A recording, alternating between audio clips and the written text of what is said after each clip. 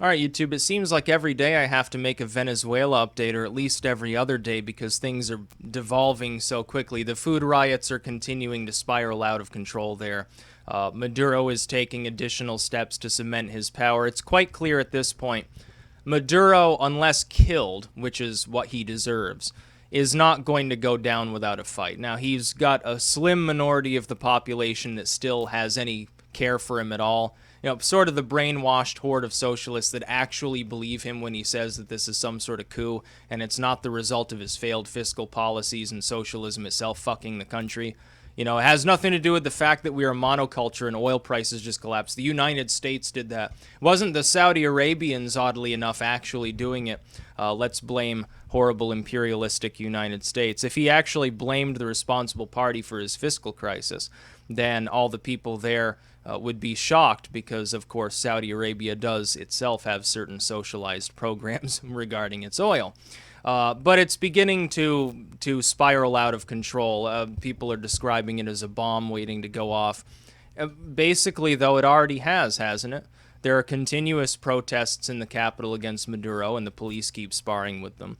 You have the opposition's leader openly calling for the military to side with them and get rid of Maduro. You have essentially no food left. You have now infants dying because there are no drugs. There aren't even like latex gloves in most of these facilities. People have begun to starve. There are now stories that people are like hunting pigeons and dogs and shit in the streets in order to get that food. They're not just eating their own pets. I guess they ran out of their own pets. Now they're hunting like the feral cats and dogs and stuff. By the way, that's a really good way to get the rodent population to explode out of control and cause an epidemic.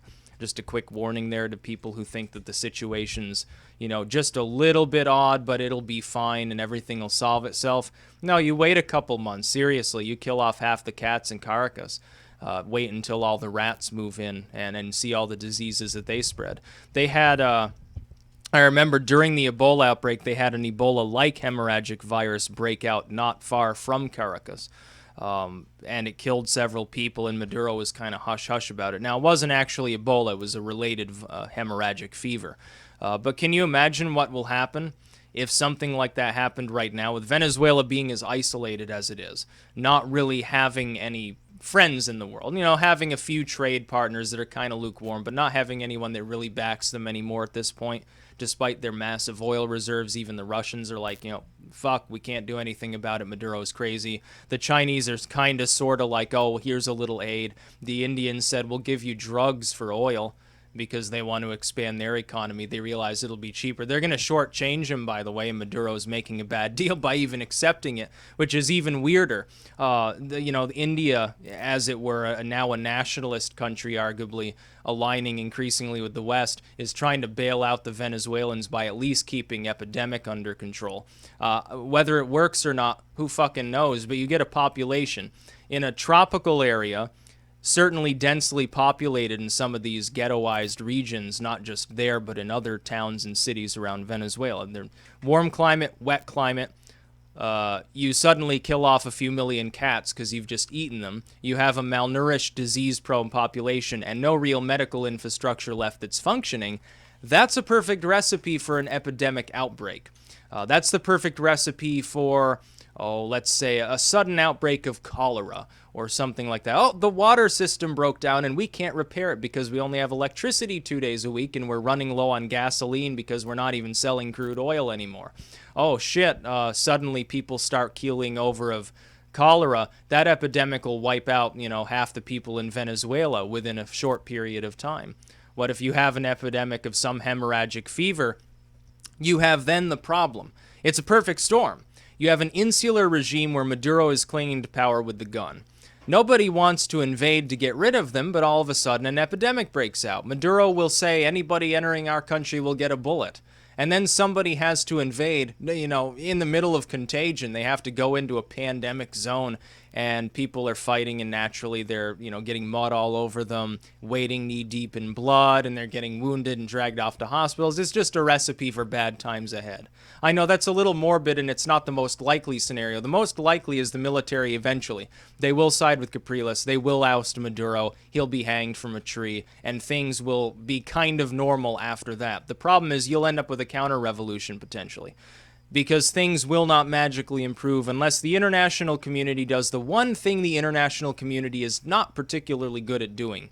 And that's selflessly attempting to rebuild a nation without holding back the money needed and the materials needed, or without bilking the population of the collapsing nation. The international community is not good at doing that. And right now, a lot of the countries you might expect would kind of be selfless. They would invest, like China, are having their own economic problems. They're not going to be able to do bullshit about it. India is probably, oddly enough, India is probably in the best position of any nation right now to actually help the Venezuelans. And they're kind of doing so with the Drugs for Oil program. But are they single-handedly, they're talking about like diverting the Ganges River for $3 billion. They're talking about all these massive public works to try to clean up their country and install plumbing everywhere and modernize earthquake-resistant buildings and shining parks and all, and diverted rivers and irrigation stuff. They're not going to have the money left over to take care of the fucking Venezuelans. So the Venezuelans, it's up to them. Get rid of Maduro. Quickly stabilize things. You're going to have to bring spending under control. Yeah, it's going to suck for a while. The socialists will bitch and throw Molotov cocktails like they always do. Unfortunately, the only other option is starve to death and probably end up with a famine or an epidemic at some point relatively quickly. Like, we're talking within a few weeks up to a month or two. That's literally the window of time Venezuela has left. The longer that things stay the same, though, with Maduro in power, not doing what he needs to do to actually secure the economy of Venezuela because he's a bleeding heart socialist, the longer he stays in, the more and more difficult it will get when the inevitable happens, which is Venezuela is completely bankrupt, order completely breaks down, Maduro ends up in hiding, or he flies to Bolivia as an expat, or he gets shot in the head or something, and then he leaves Venezuela bleeding and hemorrhaging money, and people are eating their pets and one another at that point, and it's not something that we should really have to see in a nation that should, by now, be fairly well developed. You know, if that money from the oil had been partly diverted to actually expanding infrastructure, this problem never would have happened, even under socialism. See, the problem was they transitioned to socialism without the means to pay for socialism. Not socialism itself. Yeah, socialism drains you dry over time, but it wouldn't be a problem yet in Venezuela if they had left the monocultured economy behind and used some of that oil revenue to pay for other things. Other industries, whether it's some agricultural thing or mining or whatever it happens to be, or tech, it wouldn't matter. They'd be a much better off. They wouldn't be starving and eating their own pets and like trying to shoot pigeons in the Central Park of Caracas if that had actually been done. But it wasn't, and so Venezuela is now closer to the brink of collapse. Literally every day or two, you get more and more worrying news. I think Maduro won't even exist in a month. He'll probably be beheaded by then. Good riddance to him, all things considered, but Venezuela is going to suffer either way, and they're already suffering. You can't even envision such a scenario. Can you imagine a scenario when there are no shelves of food unless you want to wait in line for 5 hours for a single can of beans, so you end up boiling your cat alive and eating it? Can you imagine such a scenario?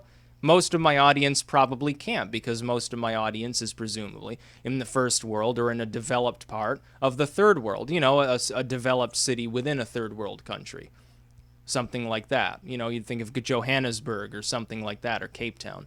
That's where most of my audience is from. You don't know what it's like to have to live under those conditions. I don't either. You know, the power goes out for 3 or 4 days and you're cooking beans over the fireplace. You've got the fireplace going to keep warm. You're like cooking there. Yeah, that's they're living worse off than that because they don't even have the beans to cook. No firewood or anything. Like, they don't have air conditioning and it's, you know, a tropical climate. I think that'd be pretty self-explanatory about what ends up happening, especially when the power begins to fade even more. Well, what about the sewage? Where's that all going to go? Are they just going to start shitting in the street? Well, I think that'd cause some disease too. And the problem is, there's already no plumbing in a lot of the ghettoized neighborhoods there. That's about all. Peace out.